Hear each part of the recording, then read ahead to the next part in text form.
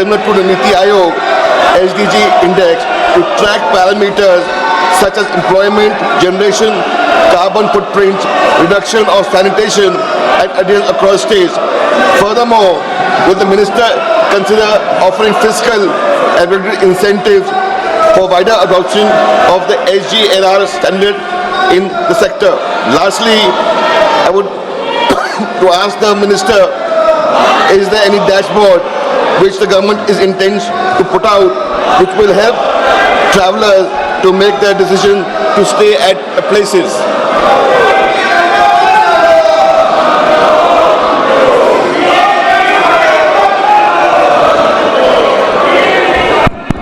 माननीय अध्यक्ष महोदय, मैं सम्मानीय सदस्य जिनका एक लंबा अनुभव टूरिज्म सेक्टर को लेकर के है, उन्हें जो प्रश्न आज सदन के पटल पर रखा है, मैं माननीय सदस्य का ऐसे महत्वपूर्ण प्रश्न के लिए आभार और अभिनंदन करता हूं। माननीय सभापति महोदय,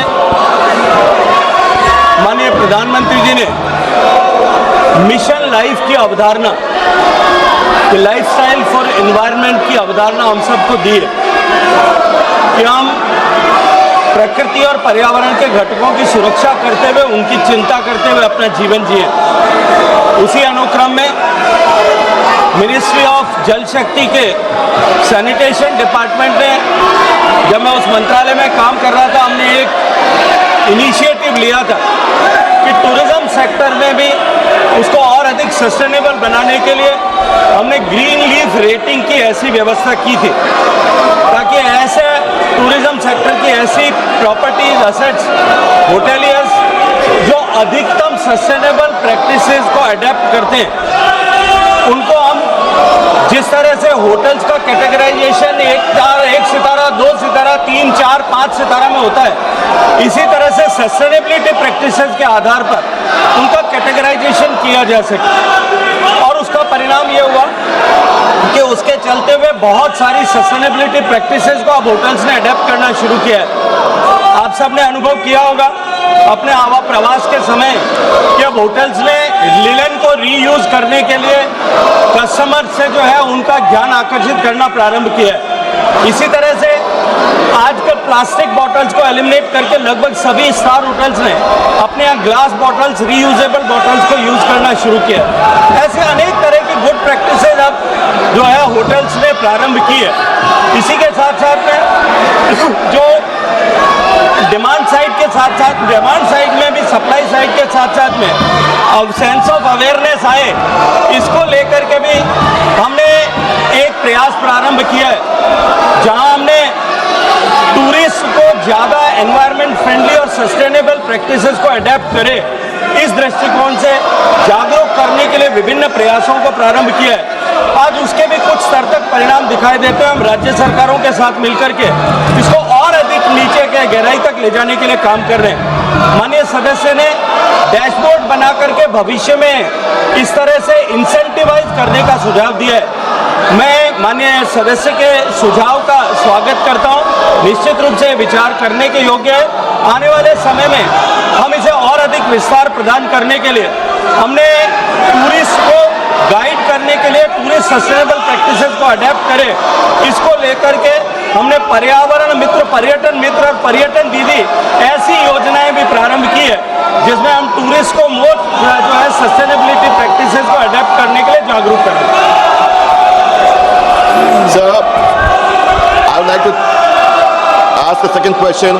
In light of the recent research published by the Nature Communication, which is a research foundation research paper, which finds that India, along with US and China, contribute to 60% increase in tourism-related carbon emission between 2009 to 19.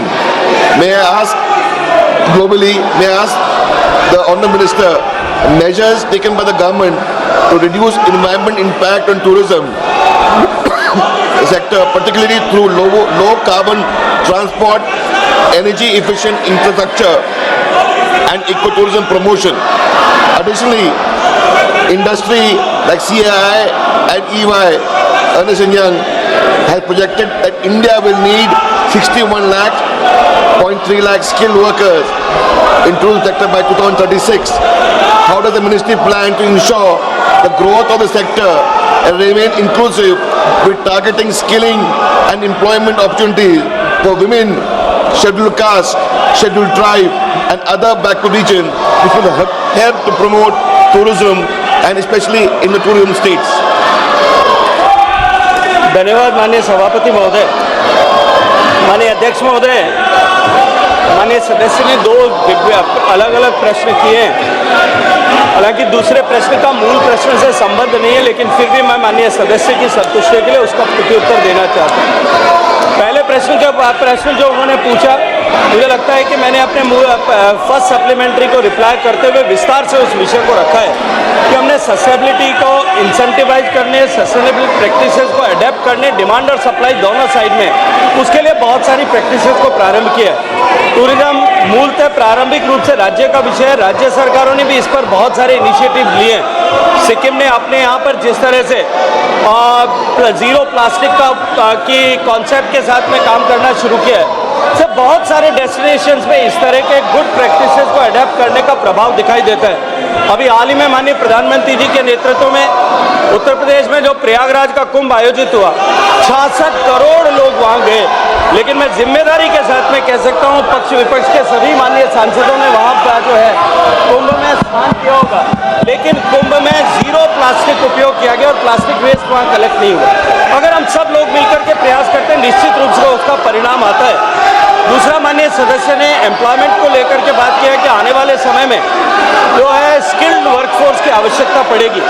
जिस तरह से माननीय प्रधानमंत्री जी के नेतृत्व में अर्थव्यवस्था आगे बढ़ रही और देश के 30 करोड़ लोग गरीबी की रेखा के बाहर माननीय प्रधानमंत्री जी के द्वारा प्रारंभ की योजनाओं के कारण से निकल पाए, उसके कारण से भारत में टूरिज्म जो है, डोमेस्टिक टूरिज्म बहुत तेजी के साथ में बढ़ा है और हमारे इकोनॉमी की ग्रोथ के साथ में और अधिक विस्तार इसमें होगा। उसको लेकर के सारी दुनिया के लोग ये मानते हैं कि जिस गति के साथ में टूरिज्म बढ़ रहा है, उसके पैरी पास हो हमको स्किल्ड वर्कफोर्स की आवश्यकता पड़ेगी। भारत सरकार अपने इंस्टीट्यूट्स के माध्यम से लोगों को, युवाओं को इस कैरियर हॉस्पिटैलिटी इंडस्ट्री में अडेप्ट करने के लिए प्रेरित करती है और उनको ट्रेन करती है। हमने इसको और इंडस्ट्री फ्रेंडली बनाने के लिए दुनिया की जितनी ग्लोबल बड़ी चेन्स है जो भारत में प्रेजेंस है जिनका, उनके साथ में अपने इंस्टीट्यूट्स को पेयर किया ताकि वो और ज़्यादा इंडस्ट्रियल फ्रेंडली स्किल जो है प्राप्त कर सकें। इसके अलावा बहुत सारे राज्य के विश्वविद्यालय और प्राइवेट विश्वविद्यालय भी इसमें ट्रेनिंग दे रहे हैं। लेकिन मैं ये मानता हूँ कि कोई भी स्किल की ट्रेनिंग जो है वो डिमांड के सापेक्ष, ऑर्गेनिकली उसकी डिमांड के सापेक्ष में ट्रेनिंग फैसिलिटीज़ बढ़ती है। जैसे जैसे ट्रेनिंग फैसिलिटीज़ की आवश्यकता बढ़ेगी, मुझे लगता है सरकार के क्षेत्र में राज्य सरकारों के द्वारा और यूनिवर्सिटीज एकेडमिया के द्वारा इसको एड्रेस करने के स्वाभाविक रूप से प्रयास होंगे। लेकिन निश्चित रूप से मैं ये मानता हूँ कि जिस गति के साथ में भारत में टूरिज्म बढ़ रहा है, आने वाले समय में भारत में टूरिज्म जो है वो एग्रीकल्चर के बाद में सबसे ज़्यादा एम्प्लॉयमेंट का कंट्रीब्यूटर होगा। और जो है जिस गति के साथ में हम बढ़ रहे हैं, आने वाले समय में जब भारत की अर्थव्यवस्था माननीय प्रधानमंत्री जी के नेतृत्व में 2047 तक जो अपेक्षित है, वहाँ पहुँचने तक tourism sector global rate of contribution of tourism जो है उसके अनुरूप 10% का कंट्रीब्यूटर बनेगी और निश्चित रूप से बड़े संख्या में लोगों को रोजगार उसके माध्यम से मिलेगा। माननीय सदस्य, क्या आप सदन बाधित करना चाहते हैं? ऑपरेशन सिंदूर पर चर्चा नहीं करना चाहते? नहीं करना चाहते चर्चा? मिस्टर गोगोई और आप सब राजनीतिक दल के लोग आए थे, आपने कहा ऑपरेशन सिंदूर पर चर्चा होनी चाहिए, फिर आप सदन बाधित कर रहे हैं। आखिर सदन आप क्यों नहीं चलने दे रहे? प्रश्नकाल माननीय सदस्यों का सबसे महत्वपूर्ण समय होता है। आखिर देश जानना चाहता है कि आप प्रश्नकाल क्यों स्थगित करना चाहते हैं, क्यों आप प्रश्नकाल के अंदर नियोजित बाधा करना चाहते हैं। माननीय प्रतिपक्ष के नेता, आपके दल के नेताओं को समझाओ, इनको सदन में पर्चे फेंकने के लिए तख्तियां लाने के लिए नहीं भेजा है। आप प्रश्नकाल नहीं चलाना चाहते, आखिर जवाब दो। देश जानना चाहता है कि आप प्रश्नकाल क्यों नहीं चलाना चाहते। 10 महत्वपूर्ण मंत्रालयों पे आज चर्चा होने वाली है।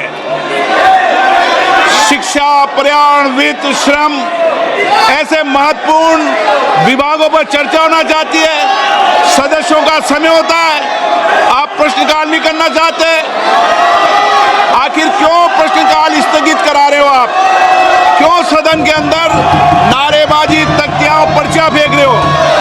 ये सदन के अंदर मर्यादा आपकी?